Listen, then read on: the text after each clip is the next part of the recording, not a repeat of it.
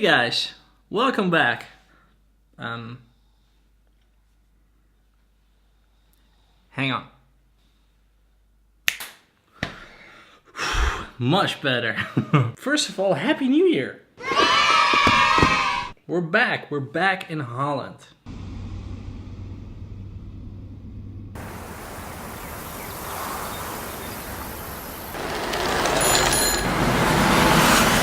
When we were doing the Thailand vlog series, my wife and I were talking about that if you guys were interested in us doing a traveling with kids movie. So this movie is gonna be about that. All the don'ts, we did them for you so you won't have to. Sounds more ominous than it really is, but we made a bunch of mistakes, such as forgetting our baby bottles when we boarded a plane when our kid was only 8 months old, and taking her on these bendy roads that you've seen in Thailand.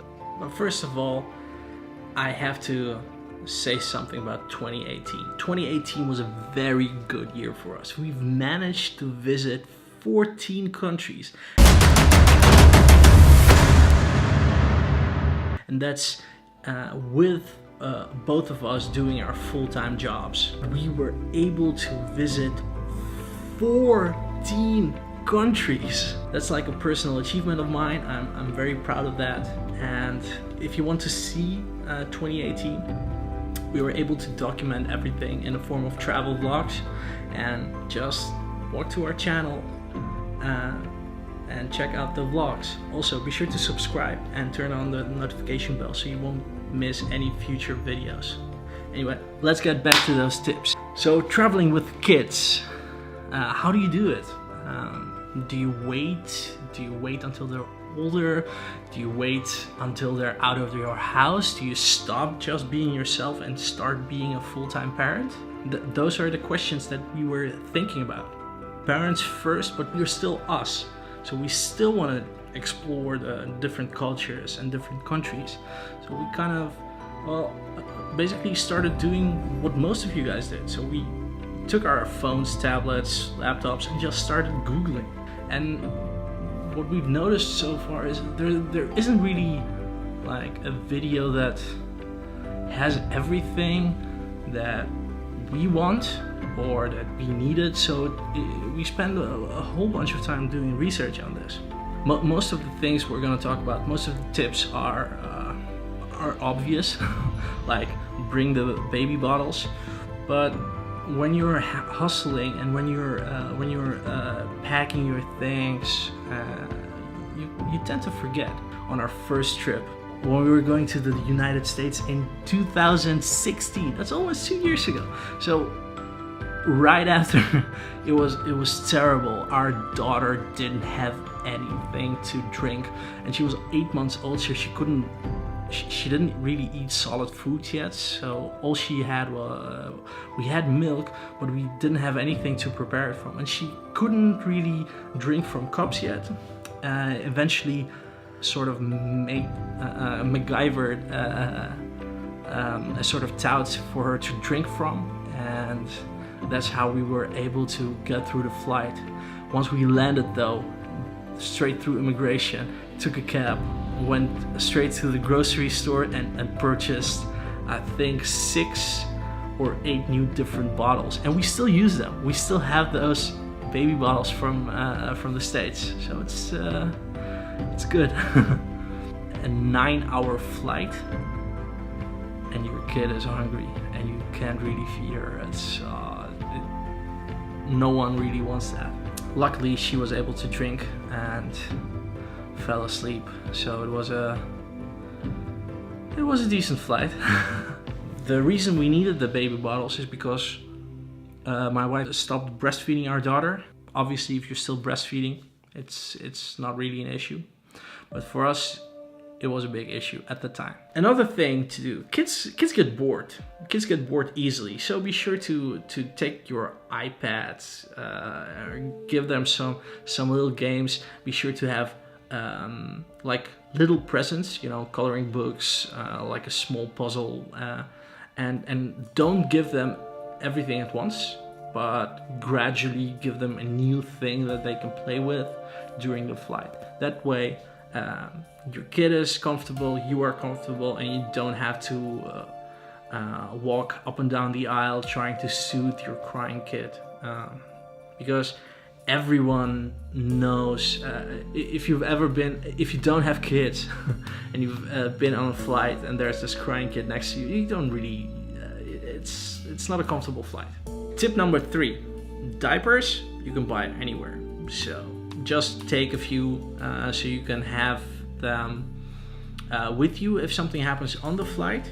You can purchase them anywhere in the other countries you visit. Chances are they're cheaper there, and that way you'll save a bunch of space in your suitcases for all the other necessities, such as extra clothes and most of all, milk powder. Again, if you're breastfeeding, not an issue, but milk powder we tend to take with us because it's very hard to purchase decent milk powder. We tried that in Bali and we tried it in the United States, but our kid really didn't like any of it because the powder that we found in the US, again, maybe it was just the store that we visited, but we visited a bunch of stores.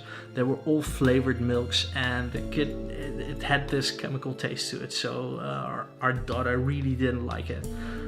We didn't really find any organic or any decent milk there. Not saying that there isn't any, but when we were there we couldn't find it.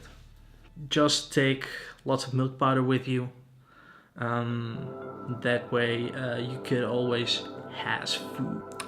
Also, when you're traveling and you're doing a road trip, it's always nice to have a traveling bed or a baby cot with you. We got this camping sort of tent. We got it when she was 8 months old, and we used it until she was like almost 2. What's also nice about this this tent, it also doubles as a mosquito net, so that way no mosquitoes are gonna able to get to your kid. Especially handy if you're traveling to malaria infested countries. The reason we always travel with malaria medication is not every country, not every hospital has easy access to it, and besides it saves time. Otherwise you end up spending days in the hospital on your vacation, and that's it's not very fun. Hospital visits are never fun. If you're wondering how to get preventive medication or extra shots or taking, again, be sure to vaccinate your kid and yourself. If you don't believe in vaccines, just stop watching, and I don't want to talk to you. Sorry, just no. Get your shots. Go to the travel clinic. Make sure you're prepared to go to a different country. Don't just go to a country and then spend 2 weeks in a hospital bed while the doctor is trying to save your life. Do your due diligence.